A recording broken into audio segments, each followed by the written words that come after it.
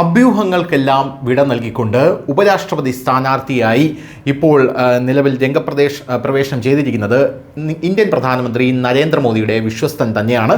2 വർഷം അദ്ദേഹം കേരളത്തിൽ പ്രഭാരിയായി ജോലി ചെയ്തിട്ടുണ്ട്. അദ്ദേഹം കട്ട RSS ആണ് എന്നുള്ളതാണ് വേറൊരു കാര്യം. തമിഴ്നാട്ടിൽ നിന്നുള്ള രാധാകൃഷ്ണനാണ് ഇപ്പോൾ ഉപരാഷ്ട്രപതി സ്ഥാനാർത്ഥിയായി രംഗപ്രവേശനം ചെയ്തിരിക്കുന്നത്. എന്തായിരുന്നാലും അദ്ദേഹം അടുത്ത ഉപരാഷ്ട്രപതിയാകുമെന്നുള്ള കാര്യത്തിൽ തർക്കമൊന്നുമില്ല. പക്ഷേ ഈ കാര്യത്തിൽ നരേന്ദ്രമോദിക്ക് വലിയൊരു നേട്ടം കൂടെയുണ്ട്. അതായത് പ്രതിപക്ഷത്തിനിട്ട് കനത്ത ഒരു അടിയാണ് നരേന്ദ്രമോദി കൊടുത്തിരിക്കുന്നത്. ഒരു ചെക്കാണ് പ്രതിപക്ഷത്തിന് വച്ചിരിക്കുന്നത് എന്നുള്ള കാര്യത്തിൽ തർക്കമില്ല. അതെന്താണെന്ന് ഞാൻ വഴിയെ പറയാം.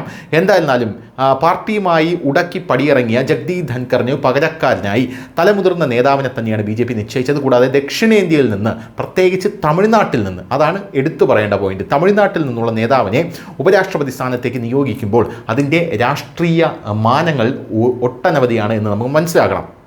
ഇനി തമിഴ്നാട്ടിൽ നിന്നുള്ള മുതിർന്ന BJP നേതാവാണ് CP രാധാകൃഷ്ണൻ. 1957 അദ്ദേഹം ജനിച്ചത്. തിരുപ്പൂരിലാണ് ജനനം. ബിസിനസ് അഡ്മിനിസ്ട്രേഷനിൽ അദ്ദേഹത്തിന് ബിരുദമുണ്ട്. RSS, ജനസംഘം എന്നിവയിലൂടെ പൊതുരംഗത്തെത്തി. 74 ജനസംഘത്തിൻ്റെ സംസ്ഥാന എക്സിക്യൂട്ടീവ് കമ്മിറ്റി അംഗം. 96 തമിഴ്നാട് BJPയുടെ സെക്രട്ടറി.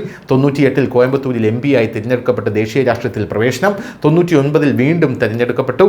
ഇക്കാലയളവിൽ പാർലമെന്ററി സ്റ്റാൻഡിംഗ് കമ്മിറ്റി ചെയർമാനായി സേവനമനുഷ്ഠിച്ചു. പൊതുമേഖലാ സ്ഥാപനങ്ങൾക്കായുള്ള പാർലമെന്ററി കമ്മിറ്റിയിലും ധനകാര്യത്തിന് കൺസൾട്ടേറ്റീവ് കമ്മിറ്റിയിലും അംഗമായി. സ്റ്റോക്ക് എക്സ്ചേഞ്ച് കുംഭകോണം അന്വേഷിക്കുന്ന പ്രത്യേക പാർലമെന്ററി കമ്മിറ്റിയുടെ ഭാഗമായി. 2004 ഇന്ത്യയുടെ പാർലമെന്ററി പ്രതിനിധി സംഘത്തിൻ്റെ ഭാഗമായി അദ്ദേഹം UN ജനറൽ അസംബ്ലിയെ അഭിസംബോധന ചെയ്തു. തായ്വാനിലേക്കുള്ള ആദ്യ ഇന്ത്യൻ പാർലമെന്ററി പ്രതിനിധി സംഘത്തിൽ അംഗമായി. 2004 മുതൽ 7 വരെ BJP തമിഴ്നാട് ഘടകം പ്രസിഡന്റായിരുന്നു. ഈ സമയത്ത് 93 ദിവസം നീണ്ടുനിന്ന 19,000 കിലോമീറ്റർ രഥയാത്രയും സംസ്ഥാനത്ത് നടത്തി. ഇന്ത്യയിലെ നദികളെ ബന്ധിപ്പിക്കുക, ഭീകരത ഇല്ലാതാക്കുക, ഏക സിവിൽ കോഡ് നടപ്പിലാക്കുക, തൊട്ടുകൂടായ്മ ഇല്ലാതാക്കുക, ലഹരി മരുന്നുകൾക്കെതിരെ പോരാടുക തുടങ്ങിയ ആവശ്യങ്ങൾ ഉന്നയിച്ചായിരുന്നു ഈ പദയാത്ര എന്നുള്ളതാണ് വേറൊരു കാര്യം.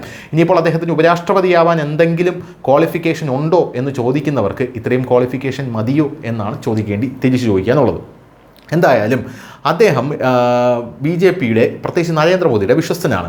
തമിഴ്നാട് ഘടകം ഇപ്പോൾ വലിയ അങ്കലാപ്പിലായിരിക്കുകയാണ്. തമിഴ്നാട് ഘടകം എന്ന് പറയുമ്പോൾ DMK ആണ് ഞാൻ ഉദ്ദേശിച്ചത്.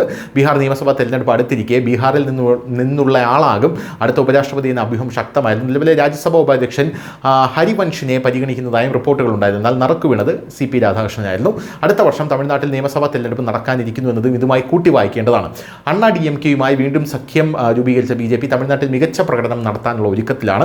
ഭരണകക്ഷിയായ DMKയ്ക്കും നടൻ വിജയുടെ TVKയ്ക്കുമാണ് അണ്ണാ DMK BJP പോരാട്ടം. CB രാധാകൃഷ്ണനെ DMKയുടെ ഉൾപ്പെടെ പിന്തുണയോടെ വിജയിപ്പിക്കാനാണ് BJPയുടെ ശ്രമം എന്നുള്ളതാണ് വേറൊരു കാര്യം. അതായത് ഒരു തമിഴനാണ് ഉപരാഷ്ട്രപതിയായി വരുന്നത്. ഈ തമിഴൻ ഉപരാഷ്ട്രപതിയായി വരുമ്പോൾ DMK, ഏറ്റവും കൂടുതൽ രാജ്യസഭാ അംഗങ്ങൾ പ്രതിപക്ഷത്തുള്ളൊരു പാർട്ടിയാണ് DMK എന്ന് ആലോചിക്കണം.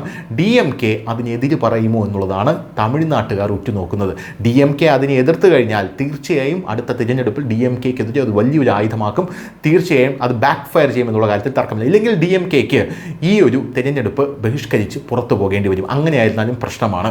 എന്തായിരുന്നാലും അടിപൊട്ടും പ്രതിപക്ഷത്ത് എന്നുള്ള കാര്യത്തിൽ യാതൊരുവിധ സംശയവുമില്ല. News desk, news Malayalam.